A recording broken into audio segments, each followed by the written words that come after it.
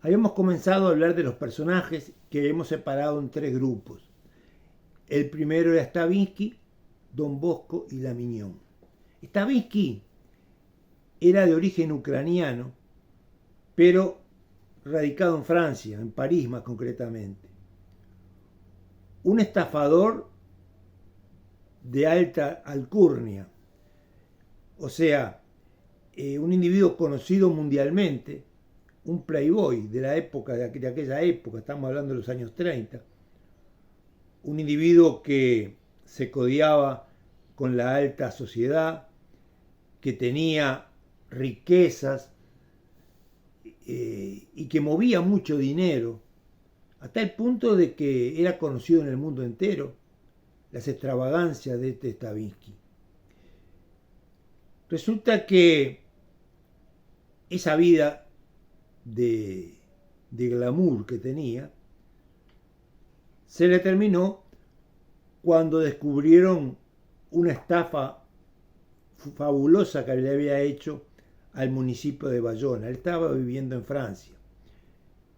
Bueno, la cuestión es que no solamente que lo ponen preso, sino que además le obligan a tratar de que devolviera lo que había robado, cosa que él ya se la había gastado, porque así como la tenía, la gastaba. El final de Stravinsky fue tremendo, se termina suicidando. O sea que ya estamos hablando acá de un primer personaje que se caracteriza por ser un estafador de alto nivel. Y al lado de Stravinsky está Don Bosco. Don Bosco, que es todo lo opuesto. Don Bosco, un cura, un sacerdote italiano, que fue nada más ni nada menos que el creador de la Orden de los Salesianos, una orden que funciona a nivel mundial, que hasta el día de hoy acá en Uruguay es muy famosa la Orden de los Salesianos, tienen colegios, pero más que nada marcar la diferencia notoria entre el estafador y el individuo que dentro de la religión ha hecho esa obra tan importante. Y el tercer personaje, La Mignon. Dicho así, después yo le mando un cuadrito con los nombres y las características de cada uno. Dicho así, La Mignon parecería que fuera el nombre de una mujer o de algún personaje de la época. Pero no es nada de eso.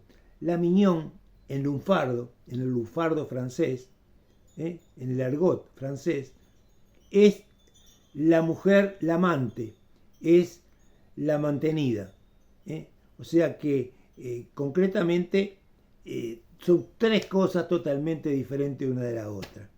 Por un lado el estafador, por el otro lado el cura y por otro lado la mantenida, la amante. Ese es el primer grupo de personajes del tango cambalache. Y vamos al segundo grupo. Y el segundo grupo ya aparece Don Chicho. Don Chicho habla de Don Chicho y habla de Napoleón. Don Chicho y Napoleón. ¿Quién era Don Chicho? Bueno, este es otro personaje. Don Chicho, el nombre original de era Juan Galifi, también italiano, más concretamente siciliano. Ya se imaginan cómo viene la cosa. Siciliano, llegado a la Argentina en los años 30, uno de los tantos inmigrantes que llegaron a la Argentina como llegaron al Uruguay.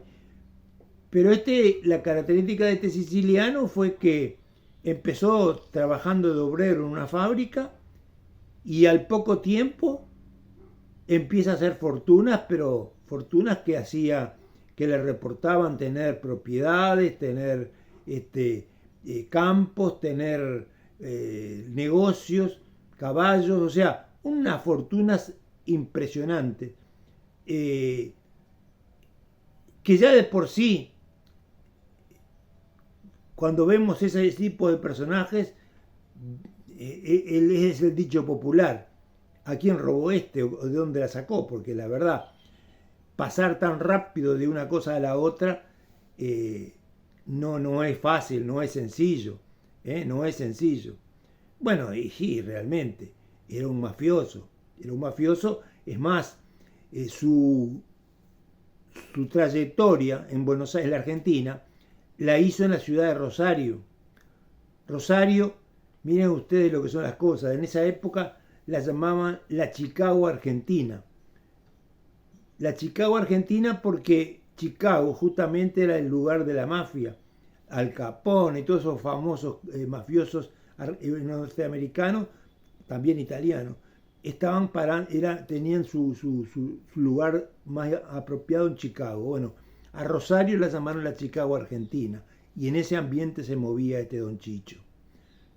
La cuestión es que pasan los años y los que más o menos siguen un poco la historia argentina o escuchan los informativos y ven un poco, saben que Rosario sigue siendo una región donde la mafia, pero fundamentalmente el narcotráfico, tiene una vigencia absoluta. Es más, hay lugares de Rosario donde la policía no se anima ni a entrar. Hay una famosa organización, se llaman Los Monos, que son los dueños de Rosario. O sea, esa tradición que les viene de la época de Don Chicho. Desde la época de Don Chicho viene la tradición de la mafia en Rosario, la mafia rosarina. Bueno, ¿cómo termina este Don Chicho? Y este Don Chicho también lo descubren,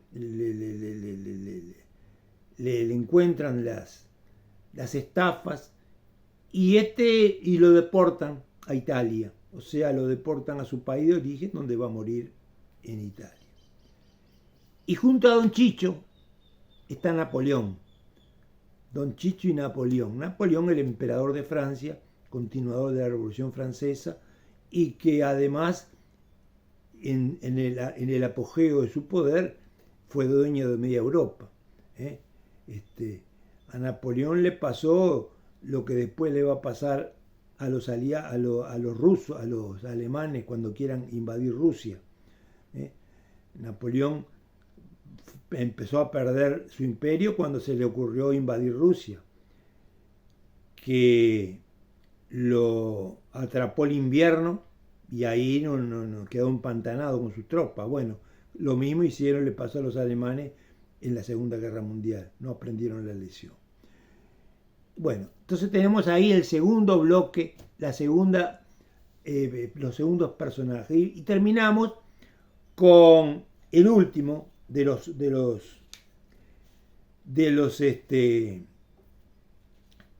bloques, y ahí aparece dos nuevos personajes: San Martín, el prócer argentino, famoso por el cruce de los Andes, aparte prócer por excelencia de la Argentina, y junto a San Martín, Carnera y San Martín. Carnera y San Martín. ¿Quién era Carnera? San Martín sabemos quién era, pero Carnera, ¿quién era?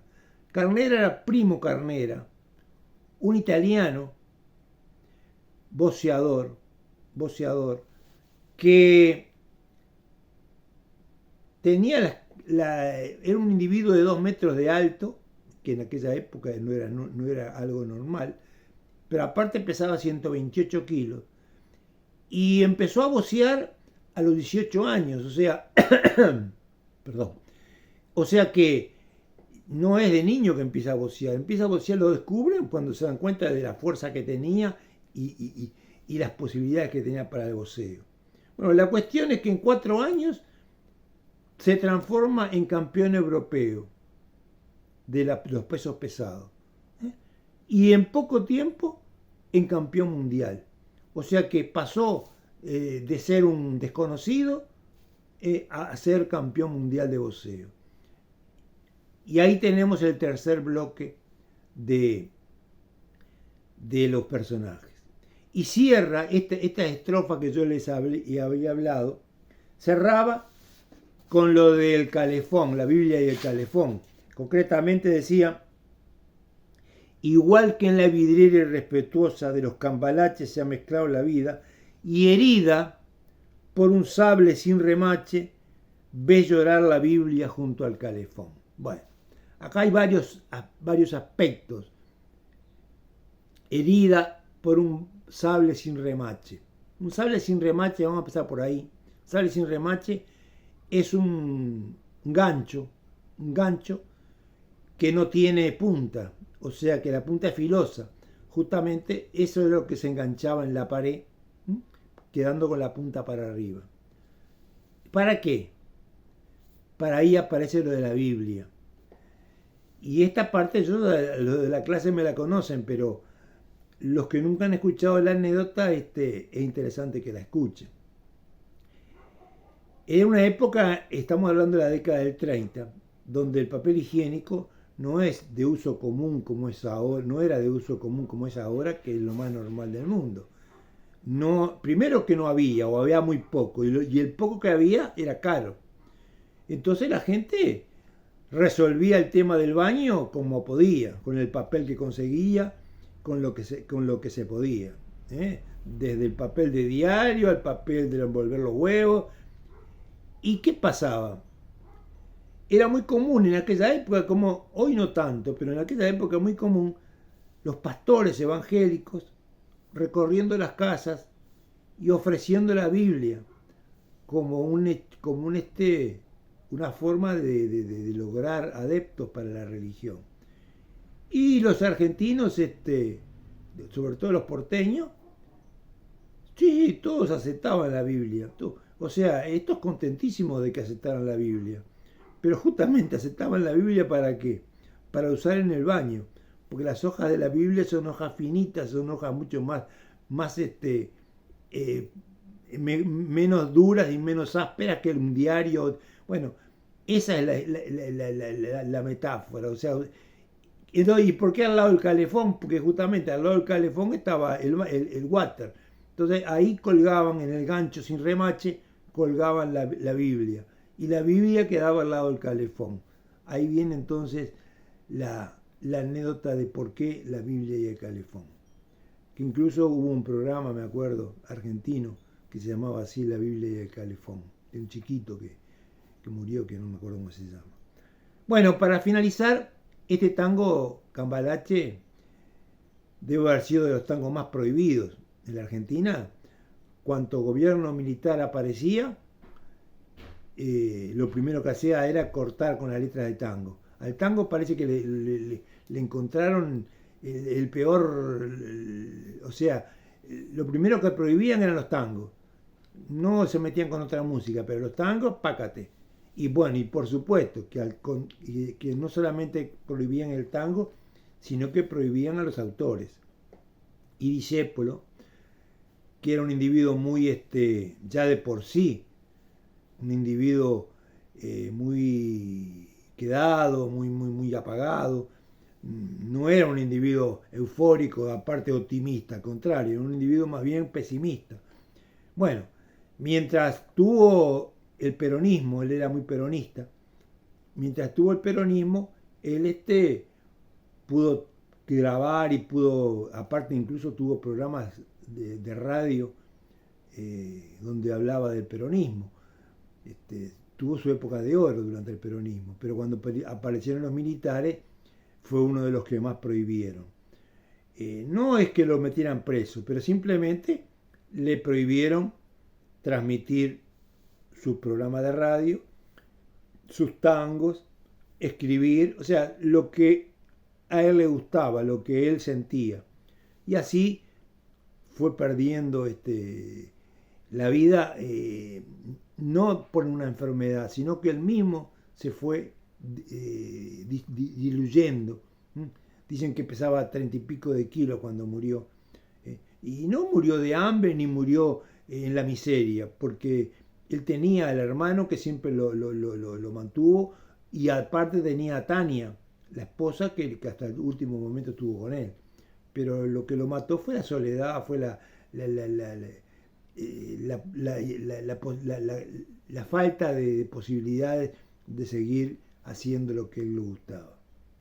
Bueno, esta era un poco la clase de hoy, y estos son los personajes que pinta Discépolo en Cambalache.